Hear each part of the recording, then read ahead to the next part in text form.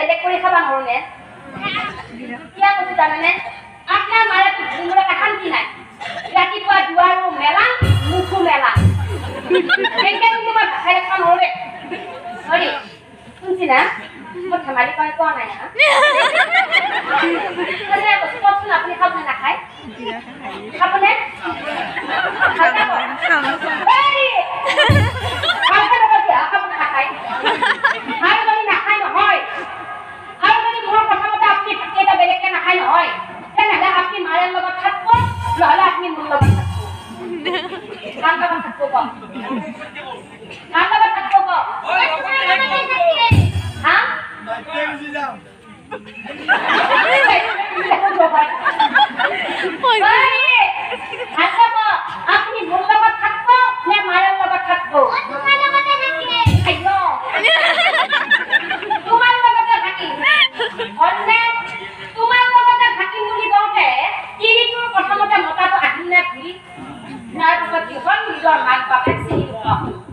জন্ম দিছে কোনে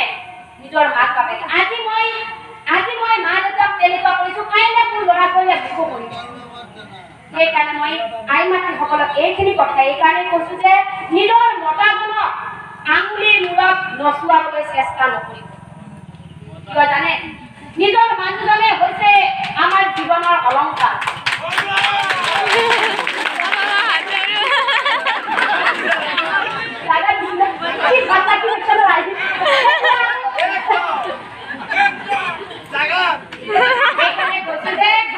স্বামীজন যেতিয়ালৈ জীয়াই আছে তেতিয়ালৈ আমি কিন্তু সমাজত দৃঢ়তাৰে থিয় হৈ আছো আৰু যেতিয়াই স্বামীজন আমাৰ জীৱনৰ পৰা নোহোৱা হৈ যাব তেতিয়াই কিন্তু আমাৰ একোৱেই নাই সেইকাৰণে মই আই মাতৃসকলৰ চৰম চুই হোৱা ধৰি ইয়াৰ পৰাই কৈছো যে আপোনালোকে অন্তত নিজৰ স্বামীজনক নিজৰ কথামতে উঠা বহা কৰাবলৈ চেষ্টা নকৰিব তেওঁই আমাৰ সকলো তেওঁ অন্তত নিজৰ স্বামীৰ দৰে নিজৰ ভগৱানৰ দৰে ব্যৱহাৰ কৰক সেই ধৰ্মপ্ৰাণ গাই আই ৰাখি হ'ব